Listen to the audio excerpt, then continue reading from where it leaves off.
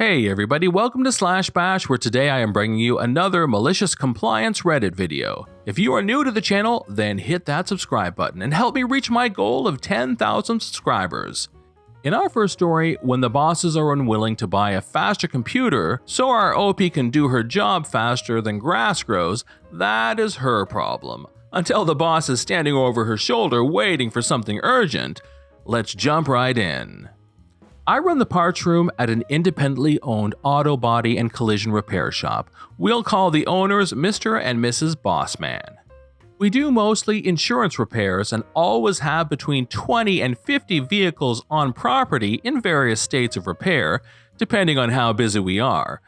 Once the estimate for a specific vehicle is approved, my job is primarily to order all the parts for the repair, track and receive and organize all the parts for all ongoing repairs as they arrive, input the invoicing and process any returns for wrong or damaged or unnecessary parts and such.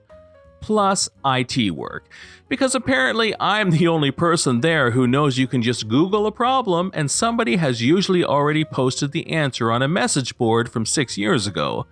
I complain a lot, but in actuality I very much like my job and I've become exceedingly good at it over the years. My coworkers are generally pretty great. There's almost no office drama. I don't usually deal with the general public, and the owners are mostly solid bosses, a husband and wife team. Mr. Bossman runs the day-to-day shop, and he is there on site pretty much every day, while Mrs. Bossman comes in periodically to do the books, which she watches like a hawk. Mr. Bossman is a decent guy so far as bosses go, but Mrs. Bossman is great. She's just one of those high personality types who's all peaches and sunshine and rainbows 90% of the time, right up until the moment something doesn't go entirely her way, at which point she drops the smile and becomes the stubbornest, immovable object you've ever butted heads against. May God help you if you actually anger her.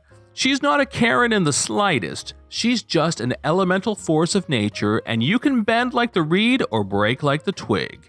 So I deal with Mr. Bossman on a daily basis and only deal with Mrs. Bossman a few times a week when she needs something for accounting.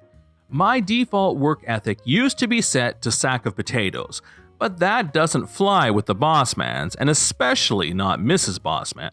I have learned the hard way to be very, very proactive in my duties, which is directly why I'm now a great parts guy. Didn't take long to find out that it's just far easier and safer to be able to redirect the coming storm with knowledge and paper trails than it is to face the fury head-on with laziness and ignorance. She always says the 3 most important rules to follow in this industry are 1. Cover your butt, 2. Cover your butt, and 3. Cover your butt. To which I've added a 4th rule: always send an email beginning with, "Per our phone call, I'd just like to remind you." Always having an email saved my butt so many times. This becomes relevant later, and she freaking loves me because I have become exceedingly excellent at making her job easier through diligent bookkeeping. As you also might imagine, doing all this ordering and invoicing and emailing and such demands heavy use of a computer, and for years I have had to make do with one that was never built nor intended for the task. It wasn't even very old, just an underpowered tablet-style budget computer originally only meant for the shop foreman to occasionally check estimates. At any given time, I had to run our estimating software plus 2 to 4 price matching programs and their accompanying background scanning programs, plus multiple Chrome windows for email and parts vendors and parts finder websites, plus image software to view repair photos or edit diagrams to email back and forth.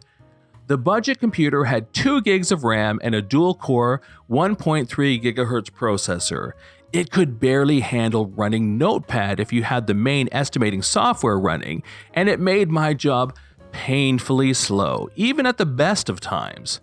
For 4 years, I'd mention it to Mrs. Bossman, and it was always, "Oh, right, I keep meaning to look into that," and then nothing. But that was better than bringing it up with Mr. Bossman. Mr. Bossman was a former repair technician before they opened their own shop together, so anything on the office end is already good enough until it breaks and not worth wasting more money on. In his eyes, all the upgrades should be on the production side of the shop, since that's what he knows well. She's much more practical about office upgrades, thankfully. Anytime I'd mention how slow my computer was and how much it was slowing down my work, he'd just laugh it off and say, "It does the job, don't it?" and walk away far too pleased with himself. Mrs. Bossman had been going back and forth with a specific vendor that was arguing against some outstanding credits and unpaid invoices that didn't match our numbers, which means they don't match my numbers, so she came into my office to ask me to look into them as normal. But today is not normal. It's especially busy, and I'm already a day behind where I should be. Cue malicious compliance.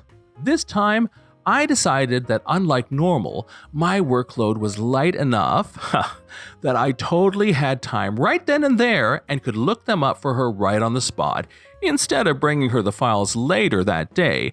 This seemed urgent after all.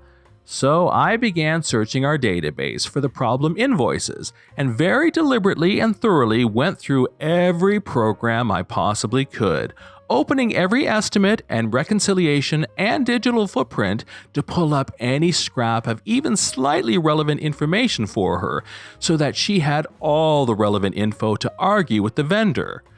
Each new screen freezing and pausing and loading anew, each new refresh taking more of those long-form, time-dilated seconds to complete. Those seconds that drag on and on and on, like waiting for a traffic light to turn. It was just being properly diligent, you must understand. Oh, here it is. I'd say in my most matter-of-fact, perfectly normal, everything is fine and standard and typical voice. Yeah, that part was returned back on, let me pull up the credit memo. Oh, actually that just shows when I generated the return, but not when the vendor actually took it back. Actually, I remember this one now. The driver didn't leave a return confirmation slip, so I think I sent the vendor a reminder email about that. Let me pull that up. Ah yes, I told them about the issue 2 months ago, and this is a follow-up email that was part of another chain. Let me forward you both of those. And actually, I think I can still pull up the estimate here since it has the full reconciliation. Uh-oh, I hope it didn't freeze completely. Just wait a sec and it usually catches back up. She kept her smile up, but I could tell it had shifted and she was getting annoyed. Does it always take you this long to look up the invoices? I could tell she was getting really impatient, but she couldn't say anything about it since I was doing exactly what she just asked of me, and she does normally love that I'm this thorough, so long as she's not waiting in real time. Oh yeah, this is normally like this, I said casually. It's kind of frustrating sometimes, but Mr. Bossman doesn't want to buy another computer since this one does technically do everything I need it to do. I show my perfectly innocent moon eyes. It doesn't slow me down too much, not usually. Blink blink, puppy dog face. I continued doing this for all 5 or so problem invoices, and honestly, it was 100% typical thing to look up and really only took maybe 15 minutes total in the end. The only difference was making a big show of it while intentionally making it look like I wasn't making a show of it, but that was enough. Well, I really think we need to look into getting you a new computer. This can't be good for production turnarounds if it's always being this slow. Huge success. Storm of Fury successfully redirected from self to vendor, armed with timestamped acknowledgements for every rogue charge, and finally, knowing the crap I have to sit through each and every time I double-click. With all the invoices and credits properly tracked on our end, vendors accounting had to admit the flip-up had been on their end and we had been billed in error. I'm not always right, but even when I'm wrong, I can usually pull up a time-dated email to make it look like I wasn't wrong. Bend a little and the hurricane may just pass you by for a less prepared target. She waited a few weeks to find a good deal, but sure enough, I had a new computer shortly thereafter that is much more capable of running everything I need to run without derping out on me, and it's been an absolute champion. I decided to write this because it's been almost exactly 2 years working on the new machine that's still going strong, and just today, I got an unrequested raise for good performance, so I'm feeling overly pleased with myself. This is John from /bash. Thanks for watching. If you've enjoyed the video and want to see more of them, then hit that subscribe button. We'd love for you to drop a like, share it with your friends, and we will see you in the next one.